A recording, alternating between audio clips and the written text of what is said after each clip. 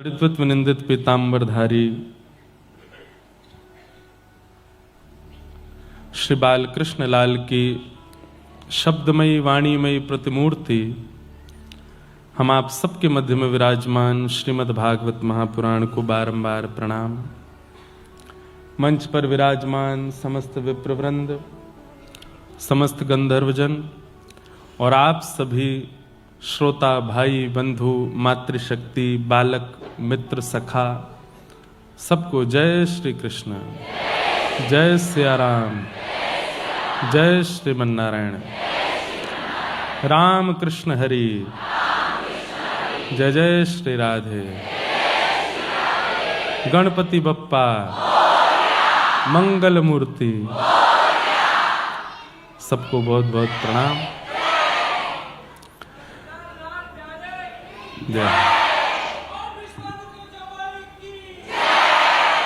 एक दिना पूरी जय जयकार में ही निकाल दें। अब ऐसे तो अनेक जय जयकार हैं, पर जब व्यास जी बुलवाते हैं तो उसको मानना चाहिए कि हाथी के पांव में सबके पांव आ गए, तो कोई छूटते ऐसा नहीं कि आप जिनकी जय जयकार बोलते हो हमने नहीं बोली तो वो रूठ गए होंगे इसलिए बुलवा रहे हो, ऐसा नहीं है। पर आप सबका ये उत्साह, भक्ति में सबसे ज्यादा आवश्यक तत्व क्या है? उत्साह। अच्छा, केवल भक्ति में ही नहीं, हर वस्तु में। आप यदि पढ़ाई करते हैं, अगर आप बालक हैं पढ़ते हैं, थोड़ा बेस कम कर दो, तो उसमें भी उत्साह नहीं है तो आप जो भी कुछ पढ़ रहे हैं उसमें उपलब्धि प्राप्त नहीं कर पाएंगे। आप रसोई घर में कुछ प्रसाद बना रहे हैं, उत्साह नहीं है तो जो भी सामग्री बना रहे हो वो अच्छी बनेगी ये आवश्यक नहीं। ऐसे ही भक्ति मार्ग में कितने घंटे जप होता है ये आवश्यक नहीं है। आप कितने बजे उठते हैं ये आवश्यक। इसका मतलब ये नहीं कि लेट उठें या अपना नियम क्रम तोड़ दें, इन सबकी आवश्यकता है, पर कब? जब उत्साह। और एक और बात, उत्साह जब चित्त में आएगा अपने आप सुबह जल्दी उठने लगोगे। उत्साह जब चित्त में आएगा अपने आप नाम जब बढ़ाने लगोगे। उत्साह जब चित्त में आएगा अपने आप स्वरूप धारण करने लगोगे। उत्साह जब चित्त में आएगा तो अपने आप कथा के प्रति रुचि, धाम के प्रति रुचि, नाम के प्रति रुचि, नामी के प्रति रुचि, वैष्णवों की सेवा के प्रति रुचि, रुचि वर्धन करता है उत्साह। और भक्ति में वो सबसे ज्यादा आवश्यक है। व्यक्ति कई बार नियम पालन पर ध्यान ज्यादा देता है, क्रम पूरा करने पर ध्यान ज्यादा देता है, गुरु आज्ञा, वैष्णव आज्ञा, संत आज्ञाओं को पालन करने पर ज्यादा ध्यान देता है, उत्साह कहीं कहीं छूट जाता है। इसीलिए इतना समय लगता है भगवत दर्शन और भगवत आराधन और भगवत साक्षात्कार में। इसलिए उत्साह पहले आवश्यक है। और उत्साह कब बढ़ेगा? जब उस वस्तु की तड़प आपके चित्त में होगी। प्यास लगी, पानी पीना है, तो पानी पीने के प्रति आपका उत्साह, जब तड़प बढ़ी तो उत्साह कैसा हो गया? अब आपका नियम है कि आप कोसा पानी पीते हैं तो ही प्यास बुझती है, कई लोग ठंडा पानी पीते हैं तो ही प्यास बुझती है, कई सामान्य पीते हैं तो ही प्यास बुझती है, कई लोग इलायची डाल के पीते हैं, कई लोग केसर डाल के पीते हैं, कई चांदी के पात्र में पीते हैं, कई डिस्पोजल में पीते, सबके अपनी अपनी रुचि। पर जब उत्साह बढ़ जाता है तो पानी चाहिए चाहे जैसे मिले। भूख लगी है तो रोटी चाहिए चाहे जैसी सब्जी हो, नमक से खिला दो लेकिन दे दो। ठीक वैसे ही जब तक उत्साह भगवत प्राप्ति का चित्त में नहीं होगा, हम जितने भक्तों के चरित्र सुनते हैं सब उत्साहित हैं भगवत दर्शन के लिए, हम अभी उतने उत्साहित नहीं। और उत्साह का मतलब यह भी नहीं होता कि हमारी वजह से कितने परेशान हो गए, माता पिता परेशान, बहनें परेशान, परिवार परेशान, अरे भैया याने तो नाक में दम कर रखो है, वृंदावन जानो है, वृंदावन जानो है, ऐसा नहीं। उत्साह केवल अपने चित्त को अनुभव हो, और फिर परिस्थिति यदि अनुकूल नहीं है तो सबको परेशान नहीं करे, बस चित्त में बैठे बैठे रोता रहे। ठाकुर मीराबाई अपने जन्म से कितने वर्षों तक वृंदावन नहीं जा पाई, विवाह हो गया, विवाह होने के बाद जिनसे विवाह हुआ वो पधार गए, उसके बाद राणा ने कितना कुछ किया, उसके बाद लौट करके फिर से मेड़ता आ गई और फिर कहीं जाकर के लंबे समय बाद तब वृंदावन की प्राप्ति हुई। इस बीच में मीराबाई विचलित हो गई हो, सबको परेशान कर दिया हो वृंदावन जाने के लिए ना। और मुझे पद याद नहीं आ रहा है, एक बहुत सुंदर पद है।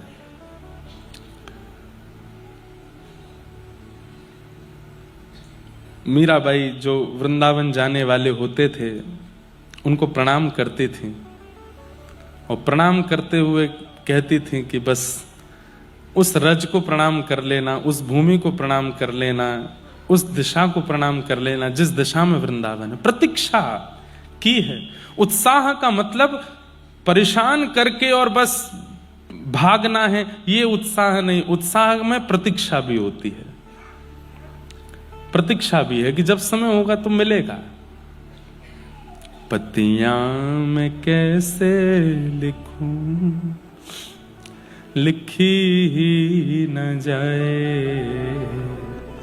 पत्तियां मैं कैसे लिखूं, लिखी। हमने आज वचन दिया है कि 3 दिवसीय मीरा चरित्र बंबई में करेंगे और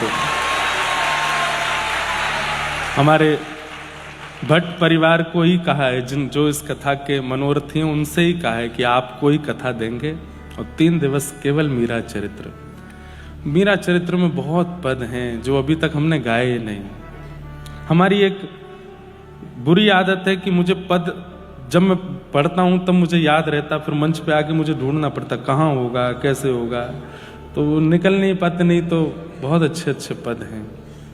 कलम धरत मेरो कर कांपत है, कलम धरत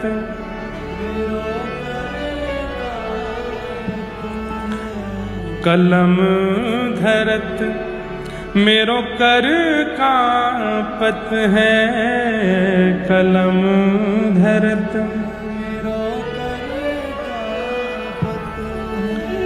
नैन रहे हैं झराए, नैन रहे हैं झराए, पत्तियां मैं कैसे लिखूं, लिखी ही न जाए, पत्तियां मैं कैसे लिखूं, लिखी। किसी ने बाई साहब को कहा है कि तुम 2 काम किया करो। वृंदावन की बहुत याद आती है लेकिन अभी जा नहीं सकती, तो क्या करोगे? जिस दिशा में वृंदावन है, मेड़ता से वृंदावन जिस दिशा में है, उस दिशा की ओर नित्य प्रणाम किया करो, उस दिशा की ओर बैठी रहा करो, उस दिशा को ही देखती रहा करो। और बहुत ज्यादा याद आवे तो पत्र लिखा करो और पत्र लिख करके वृंदावन जाने वालों के हाथ वृंदावन भिजवा दिया करो। ठाकुर जी पत्र पढ़ते हैं बंधुओं, व्हाट्सएप नहीं चलाते ठाकुर जी, उनके पास सोशल मीडिया नहीं है, पर यह बात आप बिल्कुल सत्य मान लीजिए, हमारी ठाकुर जी पत्र पढ़ते हैं। आपके मन के भाव, आपके मन की इच्छा जो हो लिखिए, रात्रि में सोने से पहले अपने ठाकुर जी के पास रख दो, घर के ठाकुर जी को ही पढ़ाओ। और इच्छा है कि नहीं धाम के ठाकुर जी को भेजना है, वैसे तो भेद नहीं मानना चाहिए, अपने लाला धाम के लाला एक ही हैं, वो धाम के लाला ही हमारे संग बैठे हैं, पर धाम की भी तो याद आती कभी कभी, तो क्या करें? कोई धाम जा रहा हो, मिल जाए तो अच्छा, नहीं मिले तो अपने घर के ठाकुर जी को रात्रि पत्र दे दो, जिद शिकायत करके नहीं, बस धर दो चुपचाप, बोले आप पढ़ लेना।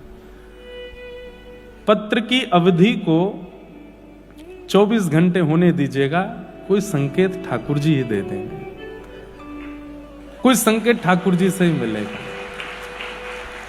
या तो धाम आप पहुंच जाओगे, नहीं तो धाम आपके पास आ जाएगा। कुछ ना कुछ तो संकेत क्रिया ठाकुर जी करेंगे।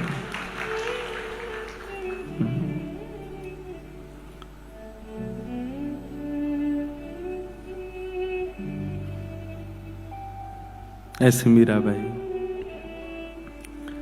मीरा के प्रभु गिरधर नागर, मीरा के प्रभु गिरधर नागर, चरण कमल रखाए हो, चरण कमल रखाए। पतियाँ मैं कैसे लिखूं, लिखी ही न जाए। पतियाँ मैं कैसे लिखूं, बात कहूँ तो कहत न आवे, बात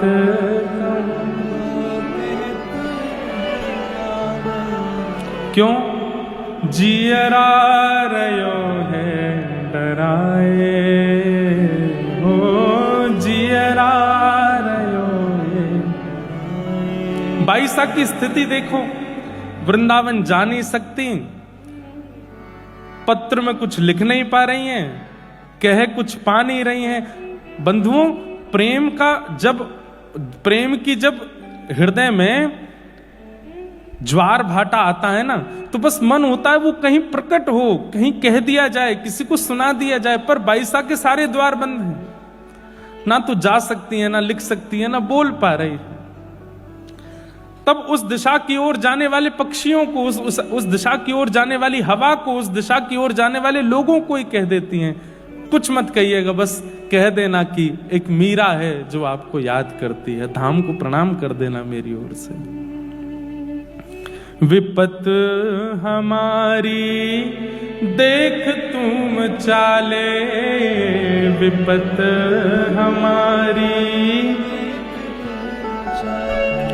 हो कहियो हरि जो सो जाए, हो कहियो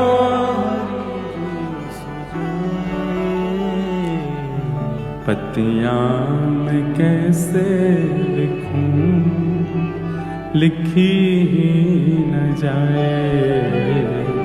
पतियाँ मैं कैसे लिखूं, लिखी।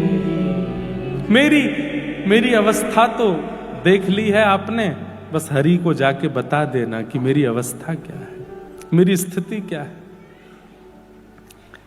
उत्साह में व्याकुल नहीं होता व्यक्ति की, जिद हो गई बस सब छोड़ छाड़ भागूं मैं, नहीं, प्रतीक्षा भी होती है।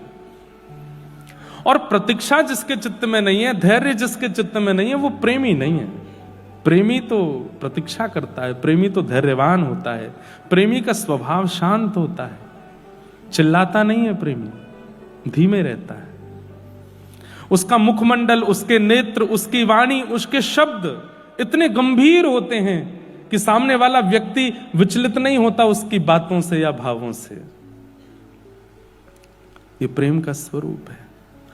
आपका उद्देश्य कथा सुनने के पीछे, भक्ति मार्ग के पीछे क्या है मुझे नहीं पता, पर मेरा उद्देश्य स्पष्ट है। हम ठाकुर जी से ना कुछ मांग रहे हैं, ना ठाकुर जी को मांग रहे हैं, हम खुद को देते हैं और बस प्रेमी बनकर के दे रहे हैं। और उसके लिए जो संभव होगा सब करेंगे कि हम ठाकुर जी को भा जाएं, बस वो हमको प्रेमी मान करके स्वीकार कर लें। कथा सुनने वालों से भी हमारी यही प्रार्थना, इसी भाव में रहो। जीवन में दुख आवे, दारिद्र आवे, कष्ट आवे, विपत्ति आवे, संकट आवे, सुख आवे, सब परिस्थितियों को प्रसाद मान के स्वीकार करो, पर अपना उद्देश्य मत भूलो। उद्देश्य क्या है, उस उद्देश्य पर अटल रहो। ये सब तो संसार का स्वरूप है। ये हम एक बात कहते हैं, संसार क्या है? दुखालयम शाश्वतम। ये दुखालय है। जैसे पुस्तकालय होता है, भोजनालय होता है, कार्यालय होता है, संसार का नाम दुखालय है। यहां पर दुख ही मिलना है। पर वो दुख, संसार अपना काम कर रहा है, आपको दुख देने का, सुख देने का, पीड़ा देने का, आनंद देने का, उसको करने दो जो कर रहा है संसार। आप अपना उद्देश्य मत भूलो। आपका उद्देश्य क्या है? हरि चरणार विंदों की प्राप्ति, और उसके लिए आप लगे रहो। ये संसार तो रोकेगा आपको, टोकेगा आपको, आप मत रुको। कल हम लोगों ने श्रीमद् भागवत जी के प्रथम स्कंद का श्रवण किया, आज महात्म का श्रवण किया, आज प्रथम स्कंद से कथा का प्रारंभ करते हैं। एक बात और कह दूं बंधुओं, आप लोग इतनी संख्या में आए हैं, आ रहे हैं, बहुत अच्छा है। निश्चित ही आप सबके चित्त में कई जिज्ञासाएं भी होंगी, भक्ति संबंधी होगी, अपनी सेवा के संबंधी होगी, तो वो जिज्ञासा का समाधान भी होना चाहिए। तो आप अपनी जिज्ञासाएं लिख करके मंच पर पंडित जी को पहुंचवा दिया कीजिए। ऐसे कथा के बीच में नहीं, लिख करके है जिज्ञासा है, हाँ तो पहुंचवा दो। तो हम कथा में जब आएंगे उस समय आपकी सबकी जिज्ञासाएं देख लिया करेंगे, जिसकी अनुकूल लगेगी और जिसकी जिज्ञासा में ऐसा होगा कि इतने लोगों को उत्तर मिलेगा, उसकी जिज्ञासा हम बोल दिया करेंगे। तो आप लोग अपने प्रश्न कर लिया कीजिए, ये अवसर मिला है, इसको जाने मत दीजिए। कहीं पता चली कल 6000 जिज्ञासा आ गई, एक ने भी नहीं छोड़ा, फिर क्या करूंगा मैं? तो ऐसे भी नहीं। एक इसके दो रूप समझिएगा। कोई प्रश्न बहुत दिनों से सता रहा है और होना चाहिए आध्यात्मिक, व्यवहारिक नहीं, संसारिक नहीं, आध्यात्मिक। बहुत दिनों से सता रहा है, मन में आ रहा है कि इसके समाधान से मेरी भक्ति में वर्धन होगा, मुझे कुछ नॉलेज प्राप्त हो, ऐसे प्रश्न भी मत कीजिए। वो जितना आपको यहां प्राप्त हो रहा है, जितना आपको संत जन महापुरुषों की कथा में मिल रहा है, उतना ही लीजिए। उससे अधिक की आवश्यकता के लिए, नॉलेज के लिए कोई प्रश्न मत कीजिएगा। प्रश्न वो करना जिससे भक्ति में वर्धन हो, आप अपनी भक्ति में और आगे बढ़ सको। ऐसे प्रश्न जिज्ञासा के रूप में करो, हमको प्राप्त होगा तो हम उसका फिर उत्तर समाधान अपनी यथामति जो बुद्धि में होगा उससे कर दिया करेंगे, ताकि आप लोगों को ज्यादा विचलनता ना हो। और दूसरा रूप क्या है, जिज्ञासा को चित्त में रख के बैठो और कथा सुनो, और पूर्ण विश्वास के साथ भागवत जी को देखो कि साक्षात राधा रमण लाल, साक्षात गिरधर लाल सामने बैठे हैं, मेरी ये जिज्ञासा है। आप अनुभव करेंगे, अगर विश्वास में ताकत होगी, 3 घंटे के कथा प्रसंग में व्यास जी के मुख से आपकी जिज्ञासा का समाधान अपने आप प्रकट होगा। ये हमने कितनी बार किया। हम अपने पूज्य गुरुदेव भगवान पूज्य पिताजी की जब कथा सुनते थे, अपने गुरुदेव से जब पढ़ते थे, तो बहुत प्रश्न करता था मैं। लेकिन एक दिन जब ये भाव चित्त में डाला गया कि विश्वास के साथ जिज्ञासा लेकर के बैठो और केवल सुनो, भागवत जी को अगर लगेगा कि आपकी जिज्ञासा उचित है तो वक्ता के मुख से अपने आप उत्तर मिल जाएगा। और केवल कथा की बात नहीं, आप जिनके भी प्रवचन सुनते हो, जिनका भी सत्संग सुनते हो, घर में बैठे बैठे जिज्ञासा लेके बैठ जाओ, सुनते सुनते सुनते बस थोड़ा धैर्यवान होकर सुनना, समाधान वहीं मिल जाएगा। तो ये दो हैं, अगर समाधान मिले तो अच्छी बात, नहीं मिले तो लिख करके पूछ लीजिएगा, संशय में मत रहिएगा। आइए, आप कथा के बाद में कुछ कह लीजिएगा, हम आपको मिलेंगे। अभी कथा के बीच में व्यवधान नहीं आवे, है ना। या तो पहले कुछ लिख करके दे दो या बाद में कुछ, बीच में कथा का प्रवाह रोकना नहीं चाहिए, ठीक है। बाद में बोल लीजिएगा, है ना। जन्माद्यस्य यतोऽन्वयादितरतः चार्थे स्वविज्ञस्वराट् तेने ब्रह्महृदाय आदिकवये मुह्यन्ति यत्सूरयः तेजो वारिमृदां यथा विनिमयो यत्र त्रिसर्गो मृषा धाम्ना स्वेन सदा निरस्तकुहकं सत्यं परं धीमहि। भागवत जी का पहला श्लोक है ये। जन्माद्यस्य यतोऽन्वयादितरतः चार्थे स्वविज्ञस्वराट् तेने ब्रह्म हृदय आदि कवये मुह्यन्ति यत्सूरयः तेजो वारि मृदां यथा विनिमयो यत्र त्रिसर्गो मृषा धाम्ना स्वेन सदा निरस्तकुहकं सत्यं परं धीमहि। अद्भुत हैं भागवत जी। श्रीमद् भागवत जी का वाचन करने वाले की वाणी में विद्वत्ता हो एक बात, उसके चित्त में वैराग्य हो दूसरी बात, पर उसके चित्त में भावना भक्ति की हो ये विशेष बात। एक बार कोई श्रीमद् भागवत जी कथा कर रहे थे, अच्छे विद्वान थे, परंतु कथा सुनते सुनते एक व्यक्ति भाव विभोर हो गया और भाव विभोर होकर के रुदन करने लगा। कोई उसने डिस्टर्ब नहीं किया किसी को, बस वो बैठ करके वहां रुदन करने लगे। तो वक्ता जो थे वो ज्ञान परक कथा करते थे, भावना परक उनकी नहीं थी। तो क्रोध में भर के उन्होंने देखा है उसको, बोले सुनो भाई ये रोना धोना करना है तो बाहर जाओ, यहां बैठ करके रोना नहीं है। जबकि उनके विलाप में स्वर भी नहीं था, वो केवल अश्रुपात कर रहे थे। लेकिन वक्ता को लगा कि भाई ज्ञान की बात है, यहां पर ये भावना ये रोना धोना क्यों। वो जो श्रोता थे उनको बाहर भेज दिया। ये प्रसंग गया श्रीमंत चैतन्य महाप्रभु के पास। महाप्रभु जी को बड़ी पीड़ा हुई। बोले वो विद्वान तो हैं, कथा के वक्ता तो हैं, लेकिन भावना युक्त व्यक्ति को कथा से ऐसे दूर कैसे कर सकते हैं।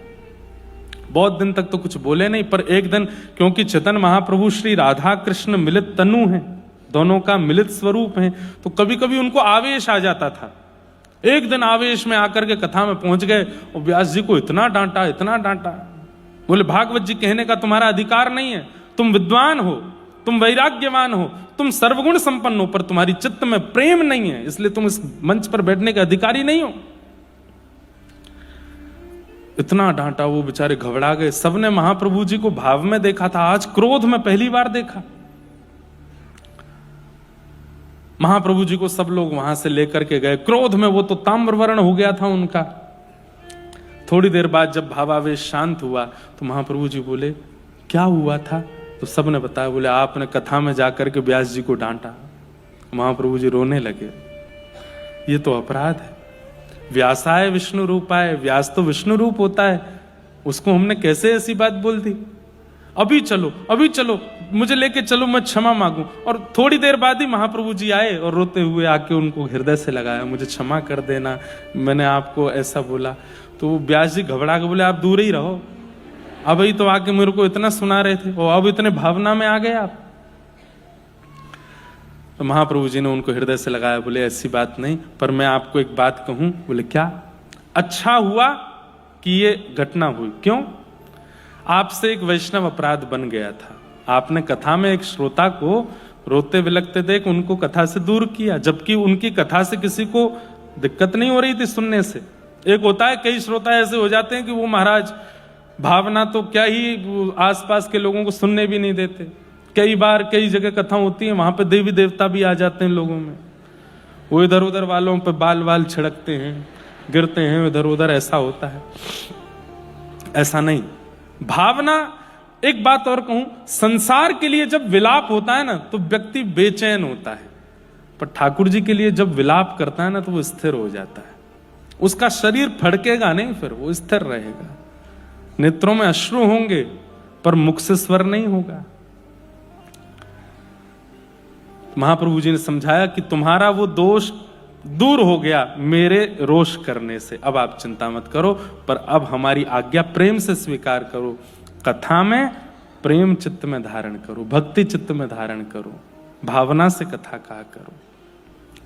श्रीमद् भागवत प्रेम का विषय है। कथा सुनने के बाद यदि आपके चित्त में प्रेम प्रकट नहीं हुआ, आप अब भी दोष देखते हैं, अब भी दूसरों के अंदर आपको कमियां दिखाई देती हैं, अब भी ईर्ष्यावान आप बने हुए हैं, तो आपने कथा नहीं सुनी है। कथा सुनने का प्रमाण क्या है।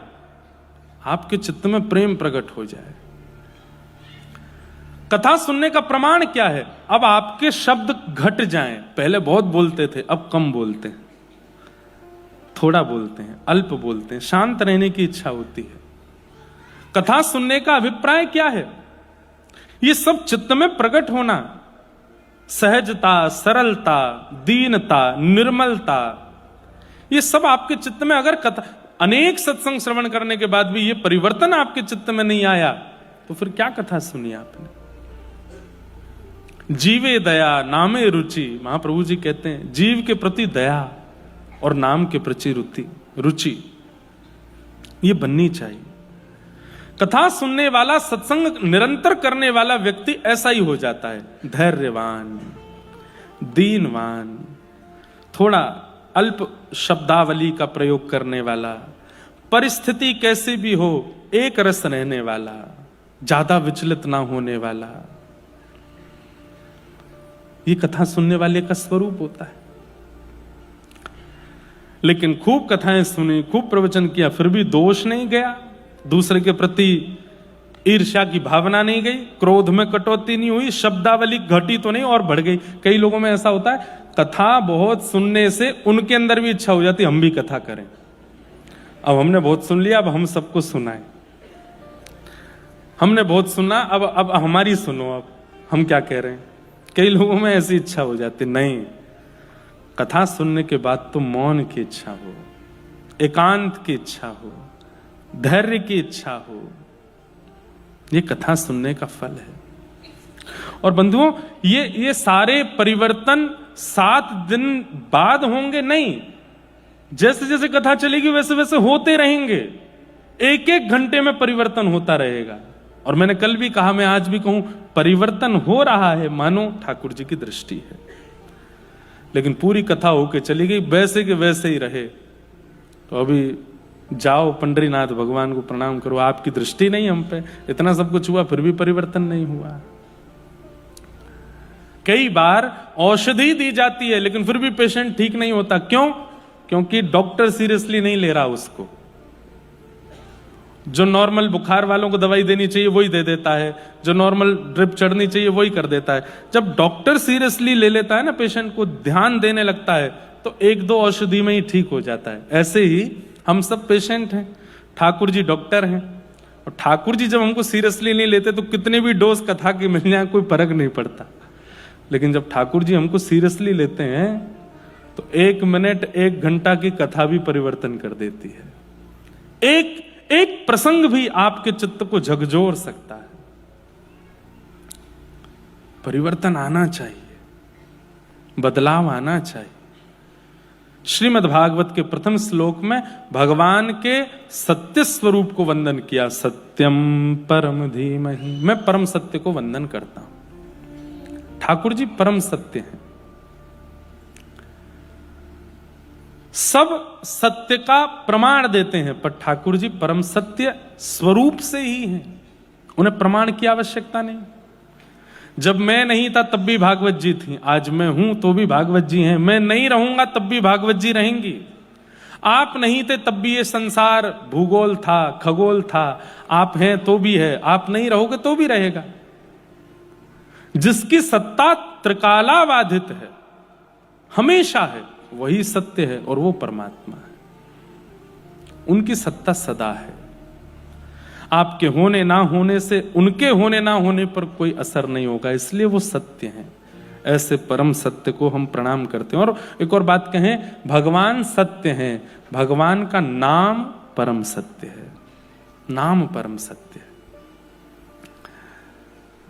एक महापुरुष हमारे व्रजमंडल में, उनसे मैंने एक जिज्ञासा की, महाराज जी, हमारी इच्छा तो नहीं थी कि यश मिले कथा कहने से, इतने लोग जुड़े, ऐसी इच्छा नहीं थी। 10 साल से कथा कर रहे हैं, पहले तो बहुत कम ही लोग आते थे, तब भी कोई ऐसी इच्छा नहीं थी। अब इतने आते तो भी ऐसी कोई, पर ये यश मिलने पर अपयश की चिंता बनी रहती है। ऐसी स्थिति में हम क्या करें? तो महाराज जी ने बहुत अच्छी बात कही, बोले इस जन्म की इच्छा नहीं होगी, पूर्व जन्म की इच्छा रही होगी कि मेरे बहुत लोग मुझसे जुड़ जाएं, तो वो पूर्व जन्म की इच्छा इस जन्म में पूरी हो रही। दूसरी बात, यश मिले, अपयश मिले या फिर किसी भी प्रकार की स्थिति हो, ये आपके मन को विचलित तब करती है जब आपके जीवन में नाम नहीं होता। आप जब नाम आश्रित हो जाते हैं, ठाकुर जी का नाम लेने लगते हैं, तो फिर आपत्ति विपत्ति क्या कर रही है इससे असर नहीं होता। और इतनी अच्छी बात बताई, ध्यान से सुनिएगा, जैसे कोई व्यक्ति आपको गाली दे दे, कोई व्यक्ति आपको अपशब्द बोल दे, तुरंत आपका रिएक्शन आता है। चलो आपने कुछ बोला भी नहीं तो आप उसकी तरफ देखते तो हैं, आप थोड़े क्रोध में तो भर जाते हैं।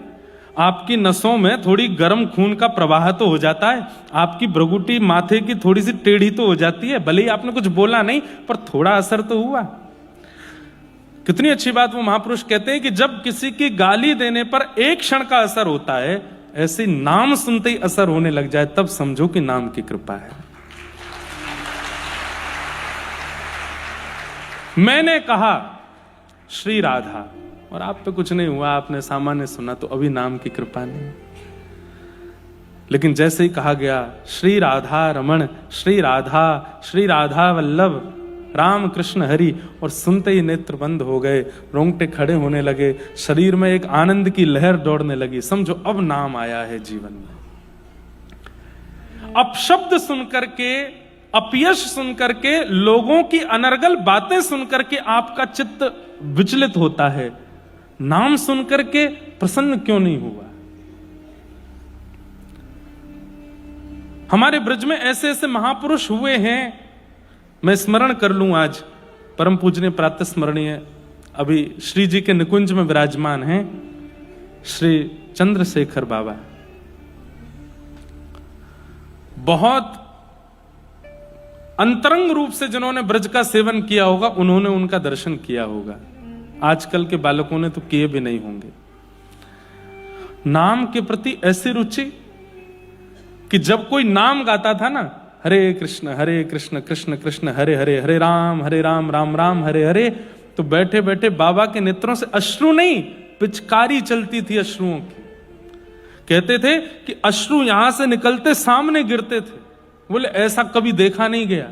जो स्थिति महाप्रभु चैतन्य महाप्रभु की होती, वो बाबा की स्थिति। कोई माइक पर कीर्तन कर रहा है, अब माइक पे बोल रहे हैं हरे कृष्ण कृष्ण कृष्ण हरे हरे, तो बोला गया यहां, लेकिन आवाज आ रही है उधर माइक में से, और कोई व्यक्ति निकलता था तो उसको रोक देते, अभी रुक जा, देखो वहां नाम चल रहा है, उसको लांघो मत, नीचे होके जाओ, ऐसे बैठ के जाओ। इतना नाम के प्रति रुचि। हम लोगों की स्थिति बताती है कि हमारे चित्त में क्या है। किसी का अपशब्द हमको विचलित कर देता है, पर नाम हमको प्रसन्न नहीं करता। इससे पता चलता है कि हमारी स्थिति क्या है। स्थिति ऐसी बना लेनी है कि आप मुंबई में रहते हैं, बड़ी बड़ी बिल्डिंग्स हैं यहां पर, और कहीं से आपको नाम सुनाई दे जाए तो आपसे भोजन ना बन पाए, आपसे अपना काम ना हो पाए, आप अपने आप को रोक ना पाए, बस मन हो चलें और जाके एक बार उसको देख हमें जो ये नाम गा रहा है, तब समझो नाम की कृपा है आपके ऊपर, नाम आपके भीतर विराजमान है। पुरानी बात है लेकिन कह देता हूं, कांदीवली में हमारी कथा होती थी, 2-3 साल हुई लगातार। तो वहां हम ऐसे फ्लैटों में, जैसे यहाँ तो सब घर तो होते ही कम है, यहाँ तो फ्लैट में ही रहते हैं सब लोग, फ्लैट में रुके थे। तो हमारे सब मित्रगण, सब हमारे ब्राह्मण देवता और हमारे कुछ संगीतज्ञ भी थे साथ में। कथा के बाद रात्रि में आए, मन नहीं लग रहा था भोजन प्रसाद करके, क्या करें, तो हमने कि लाओ ढोलक वोलक निकालो, थोड़ा नाम करते हैं।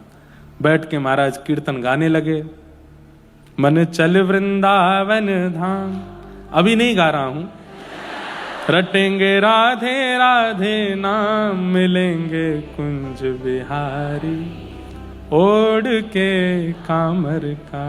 अब एक भैया हमारे बिल्कुल ब्रज की तरह नृत्य कर रहे थे, और महाराज ताली बजा बजा करके, और बिल्कुल जैसा ब्रज में नृत्य होता है, और खूब जोर से ढोलकी बजा बजा करके खूब नाच रहे, गा रहे थे।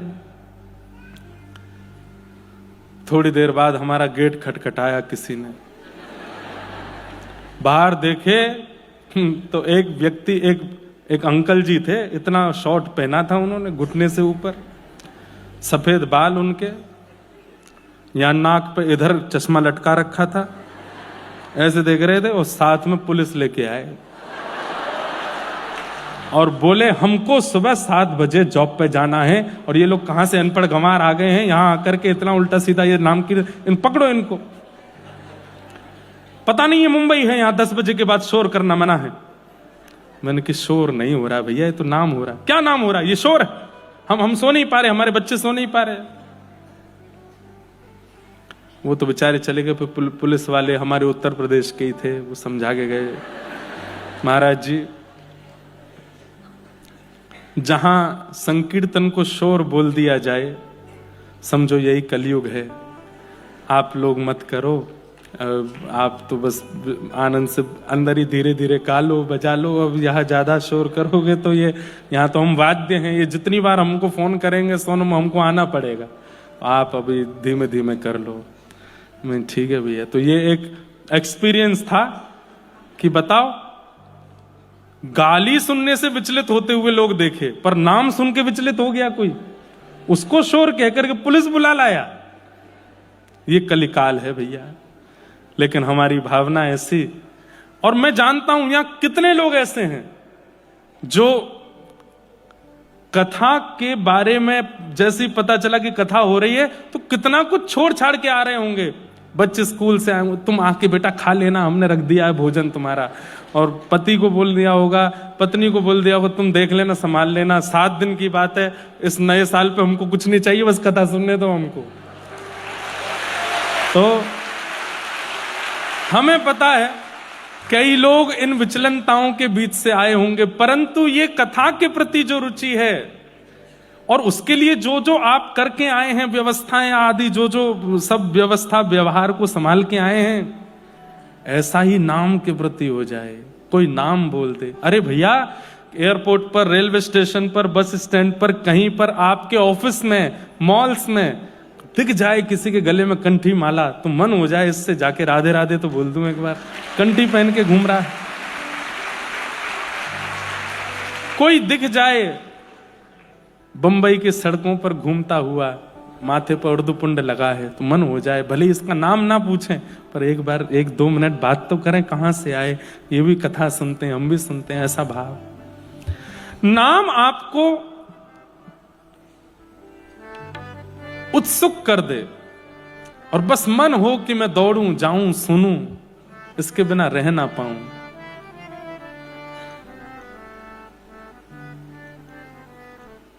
सत्यम परम धीमहि के भाव से भगवान के नाम को परम सत्य कहा गया है। जन्माद्यस्य यतोऽन्वयादि तरतः, जो जन्म आदि मृत्यु आदि के जो जीवन चक्र हैं उनसे जो परे हैं। चार्थे स्वविज्ञ स्वराट, जो सब जानते हैं, अविज्ञ हैं, अनविज्ञ नहीं है। तेने ब्रह्म हृदय आदि कवये, ब्रह्मादि देवताओं को भी जिन्होंने ज्ञान प्रदान किया है। मुह्यन्त यत् सूरयः, बड़े बड़े देवताओं को, बड़े बड़े सूरों को भी जिन्होंने अपने भाव पर मोहित किया है। तेजो वारि मृदाम यथा विनिमयो, पृथ्वी अग्नि जल वायु आकाश पंच तत्व जिनके अधीन है, ऐसे परम सत्य को हम वंदन करते हैं। और हमें लगता है ऐसा परम सत्य भगवान का नाम ही है। प्रभु श्री कृष्ण का जन्म कहां हुआ, इसका उत्तर आपके पास होगा। देवकी मैया के गर्भ से हुआ, यशोदा मैया के लाला हैं। पर नाम का जन्म कहां से हुआ? नाम की ना कोई जननी है, ना कोई पिता है। तो ये बात सिद्ध होगी कि जन्माद्यस्य यतोऽन्वयादि तरतः, अपने भावना से हम इसका अर्थ कर रहे हैं। नाम तो जिह्वा पे प्रकट होता है, नाम को प्रकट करने के लिए कोई माता पिता तो है नहीं। तो जिनके कोई माता पिता नहीं, वो भगवान का नाम ही है। नाम के माता पिता नहीं होते, गुरु के द्वारा प्रदत्त किया जाता है।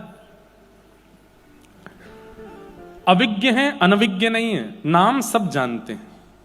जैसे कई बार कहते हैं अंते नारायण स्मृति, अंत में नारायण का स्मरण हो तो जीवन सफल है।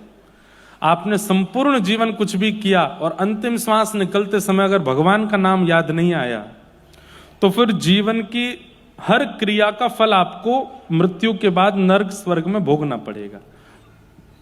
लेकिन यदि आपने अंतिम श्वास में हरि स्मरण कर लिया, प्राण निकलते समय मुख से निकला हरि बोल और प्राण निकल गए, प्राण निकलते समय मुख से निकला श्री राधा और प्राण निकल गए, प्राण निकलते समय मुख से निकला जय श्रीमन नारायण और प्राण चले गए, तो फिर जीवन में जो कुछ भी किया है गलती से जानबूझ करके, जो सब खत्म, किसी को देखा नहीं जाएगा फिर। लेकिन ये सुनने में जितना आसान है, होने में उतना ही कठिन है कि अंत में नारायण स्मरण होता ही नहीं है। बहुत ध्यान से सुनिएगा।